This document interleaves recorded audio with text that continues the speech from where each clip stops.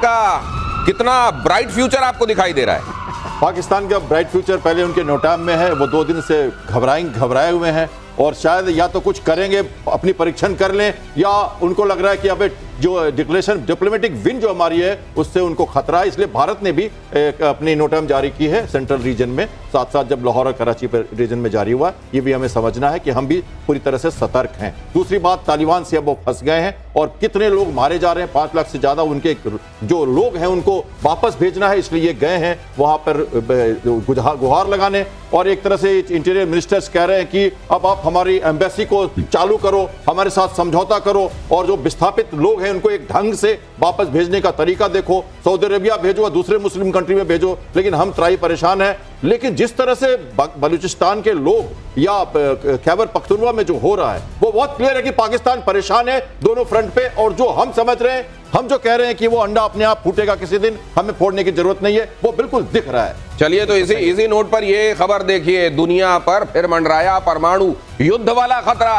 Khamenei के वरिष्ठ सलाहकार ने पुतिन से की मुलाकात, दोनों के बीच परमाणु कार्यक्रम को लेकर चर्चा हुई। आपको मालूम है रशिया ने पहले तो ये कह दिया था कि अगर परमाणु हथियार चाहिए तो रशिया देने पर विचार कर सकता है। इधर आप जानते हैं खामेनेई ने इस बार कमर कस ली है कि अब तो परमाणु हथियार बनकर ही रहेगा, और ट्रंप कह रहे हैं अगर परमाणु कार्यक्रम आगे बढ़ाया तो हमला फिर से होगा।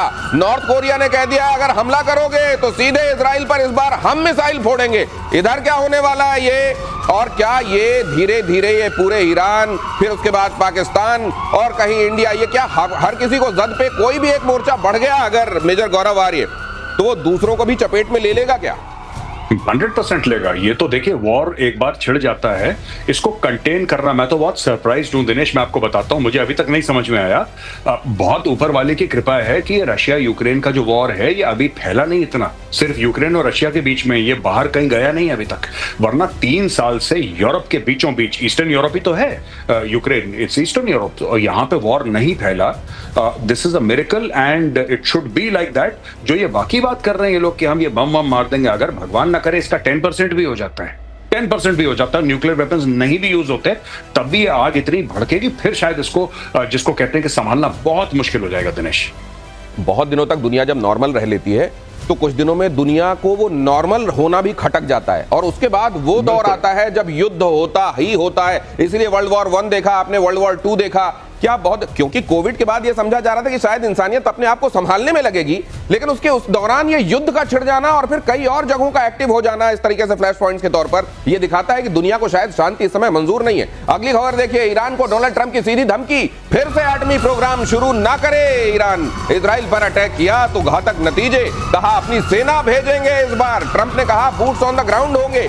वैसे ट्रंप अगर कह रहे हैं तो आप उसको सुन भी लीजिए और फिर ये भी समझ लीजिए कि शायद ये ना भी हो, क्योंकि you just can not take it with the face value. लेकिन सर ये इस बार क्या गंभीर है? देखिए ट्रंप कम गंभीर होंगे ये बताना तो बड़ा मुश्किल है, लेकिन अगर आप इन कड़ियों को जोड़िए, पहले ट्रंप ने कहा था कि हम ईरान के साथ अब शांति करेंगे, सैंक्शंस हटा लेंगे। फिर ट्रंप ने कहा कि अगर बम बनाया तो हम बम मार देंगे। फिर उन्होंने 50 दिन की मोहलत पुतिन को दी। पुतिन ने बीच में बोला था मोहलत देने से पहले कि मैं परमाणु बम नहीं दूंगा ईरान को, लेकिन जैसे ही मोहलत दी पुतिन ने बोला मैं अब उनके साथ परमाणु बम का संबंध करूंगा। तो ये सारा चक्र जो है वो ये है कि ट्रंप क्या बोल रहे हैं, पुतिन क्या बोल रहे हैं, ईरान में उस सब का इंपैक्ट पड़ रहा है। ये पुतिन और ट्रंप के बीच की जो रस्साकसी चल रही है उसका इंपैक्ट है। और जहां तक सवाल है, मुझे नहीं लगता, अब जैसे गौरव ने बिल्कुल सही बोला, इसका 10% भी नहीं होना चाहिए, नहीं तो ये संभाले नहीं संभलेगा। और ट्रंप खुद कह रहे थे जब ज़ेलेंस्की से बात कर रहे थे व्हाइट हाउस में कि तुम वर्ल्ड वॉर 3 शुरू करा दोगे। अब कौन शुरू करा रहा है?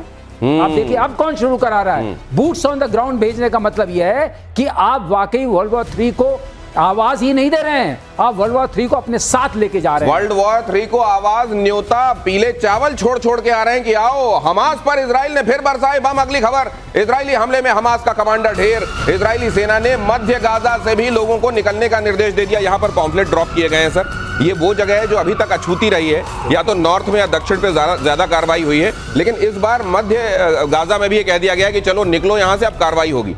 देखिए ये 20 लाख लोग जो हैं ये गाजा में, उनमें से करीब करीब हर लोग एक बार कम से कम अपने घर से विस्थापित हो चुके हैं। जी। ये वहां रह रहे हैं जहां पर वो टेंट में रह रहे हैं, जहां पर कि शायद हमारे बंधक जो बीच बच गए हैं, जो बंधक इजराइल के, इनके मौजूद होने की संभावना है, इसलिए यहां पर ये अटैक नहीं हुआ हालांकि था। उनको डर ये भी लग रहा है कि जो इजराइल के बंधक हैं वो भी शायद वहीं रखे गए, इसलिए उनको डर है कि वो भी न मारे जाएं। इसलिए भी वहां के लोग नागरिक काफी संवेदनशील हो गए इस मामले में। उन्हें कहा जा रहा है कि वो मेडिटेरियन कोस्ट की तरफ, जो एक सेफ कोस्ट पे जगह है, वहां जाके शिफ्ट करें और वहां ये चाहते हैं कि वहां अटैक हो। अब देखिए, ये तो अभी तो कल उन्होंने ये जो लोग ट्रक के पास खड़े थे अपने सामान लेने के लिए, ह्यूमैनिटेरियन रिलीफ ऑपरेशंस जो चल रही थी, उसको भी मार दिया उन्होंने 50 लोगों को। कई जगह गोलीबारी कर रखी है, कई जगह से देखिए उसके लिए ब्रिटेन, फ्रांस, कई लोग इसकी निंदा भी कर रहे हैं कि इजराइल लगातार इस तरह से मारे जा रहा है लोगों को। अमेरिका भी, आप जानते हैं कि अमेरिका भी कभी कभी परेशान हो जाता है नेतन्याहू की कुछ एक्शन से, कई जगह विरोधाभास हम देखते हैं इस मामले में।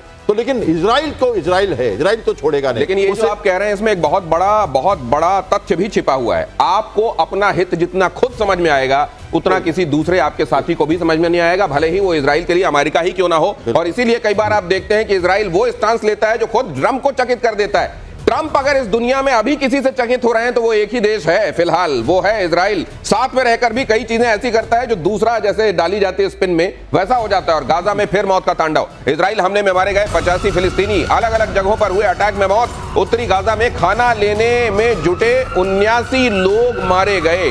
जहां से आतंकवाद को पनपाया जाएगा, पाला पोसा जाएगा और अटैक किया जाएगा किसी सभ्य देश पर, उसका क्या हाल होना चाहिए, इजराइल ये बात दिखा रहा है। बिल्कुल सही। देखो, इन्होंने जो अटैक इस बार का किया है वो खान यूनिस पर किया है, जहां वो जाते हैं। खान यूनिस बहुत इंपॉर्टेंट जगह है और आपको याद होगा यूरोपियन हॉस्पिटल पे जब बम डाला था, खान यूनिस से तो दईफ आता था सर। हाँ, वहीं पर जो बम डाला था वहां पर सिनवार वगैरह की मौत। बिल्कुल, सिनवार वहीं का है। तो इनको ये पता है, जैसे कैप्टन शाम ने भी बोला कि उनको ये पता है कि इसी जगह पर शायद हमारे जो हॉस्टेजेस हैं वो हो सकते हैं और इसी जगह को घेरा हुआ है। और ये सोचना कि हॉस्पिटल के नीचे नहीं होगा, मस्जिद के नीचे नहीं होगा। आप ये कह रहे हैं कि हॉस्टेजेस की जान की कीमत भी अगर चुकानी है यहाँ सफाई के लिए तो वो देगा इजराइल।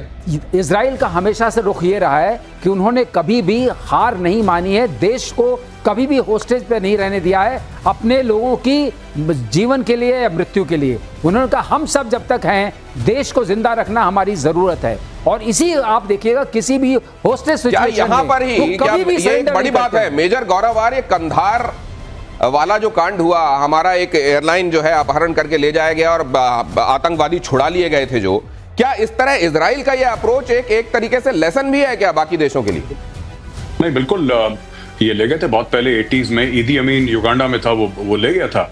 एनटीबी करके एक एयरपोर्ट था, वहां पे ले गया था। तो इजरायलीज ने इजराइल से हवाई जहाज अपने रवाना करे एनटीबी में, जो कि युगांडा में है, युगांडा के अंदर अटैक करके वापस लेकर आए थे लोग। आपने IC-814 की बात करी, कंधार हाईजैक की, तो ये तो ले गए थे इजरायली। देखिए, जो अभी मार्शल श्रीवास्तव सर ने जो बात बोली, बहुत बढ़िया बात बोली। देखिए, इजराइल का एक ये मैटर, ऐसा नहीं कि वो अपने लोगों को मरने देगा इजराइल, लेकिन इजराइल जो होस्टेजेस हैं, अगर उनकी जान गई है, उनकी इतनी भारी कीमत वो देता भी है कीमत। वैसे एक बार एक इजरायली फौजी को उन्होंने किडनैप कर लिया था हमास वालों ने।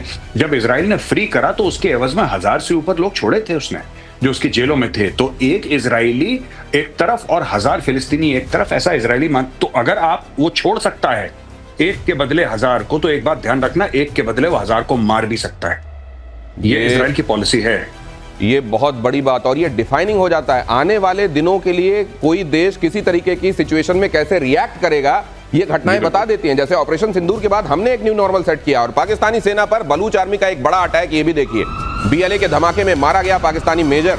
वाहन को निशाना बनाकर प्लांट की गई थी ID क्वेटा में, BLA ने असीम मुनीर के ऑफिसर को मारा। आए दिन ये खबरें आ रही हैं कैप्टन श्याम।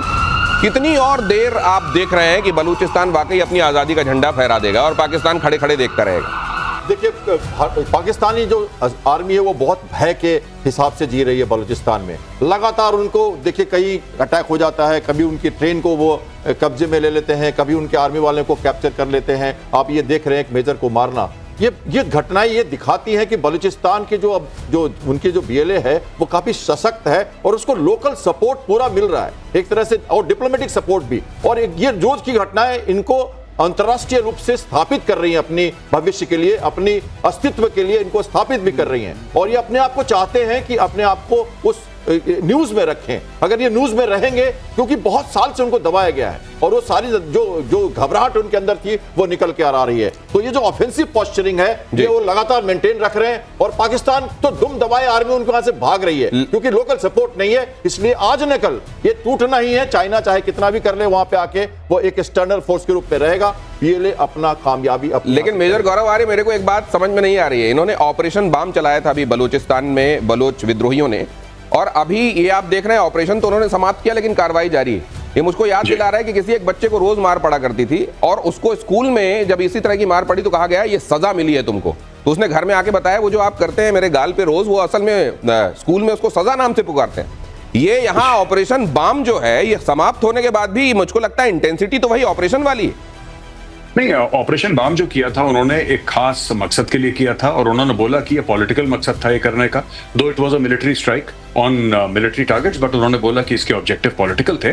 ऑपरेशन बाम खत्म करने के बाद वो तो देखिए, ये जो बलोच फ्रीडम फाइटर्स हैं इनका तो चल रहा है मामला, आज से नहीं कई दशकों से, दिहाइयों से इनका चल रहा है, आगे भी चलेगा। और अब इनको ना, मैं आपको बताता हूं क्या है, इनको उम्मीद मिल गई है बहुत बड़ी। सबसे बड़ी जो उम्मीद मिली है बलोचों को, ये मिली है पॉलिटिकल लीडरशिप की, डॉक्टर महारंग बलोच की सूरत में, कि now we have political leadership. Doctor Mahrang Baloch violence की बात नहीं करती हैं, she talks about peace. However, they have now got a leader that they look up to. तो अब ये रुकेगा नहीं ये मामला। अब आप देखिएगा, और मैं बात कर रहा हूं जुलाई के महीने की, अगस्त की और सितंबर की। आप देख लीजिएगा जुलाई, अगस्त, सितंबर, ये तकरीबन आप समझ लीजिए करीब 75 दिन है बाकी, 75-70 दिन, 70 डेज मैक्सिमम। आप देखना इन 70 डेज में बांग्लादेश, ये माफ कीजिएगा, आपके बलूचिस्तान में क्या तांडव होता है देख लेना। और एक और चीज मैं आपको बता दूं कि जो खैबर पख्तूनख्वा की फोर्सेस हैं, जिसमें खास तौर से आपके तहरीक तालिबान पाकिस्तान है, इनका तालमेल बलोच लिबरेशन आर्मी के साथ ये आपको दिख जाएगा। आप सितंबर एंड तक देखिए क्या होता है आपके सामने। आज मैंने बोल दिया आपकी शो पे, देख लेना। ये बहुत बड़ा प्रेडिक्शन एक तरीके से समझ लीजिए। ये डॉट्स कनेक्ट करने के बाद एक्सपर्ट्स यहां जो बोलते हैं वो आपको होता हुआ दिखाई दे रहा है। अगले 75 दिन बलूचिस्तान के लिए बड़े डिफाइनिंग होंगे, पाकिस्तान के लिए बड़े निर्णायक होंगे। और आसमान में बड़ी हिंदुस्तान की ताकत, भारत पहुंचे 3 अपाचे गार्डियन हेलीकॉप्टर, साल के आखिर तक 3 और अपाचे आएंगे। जोधपुर मिलिट्री स्टेशन पर इनकी तैनाती शुरू। अपाचे किन मायनों में खास है? पहले से ही भारत के पास अपाचे हेलीकॉप्टर्स हैं, एयरफोर्स के कई महत्वपूर्ण ऑपरेशंस में वो हिस्सा भी ले चुके हैं।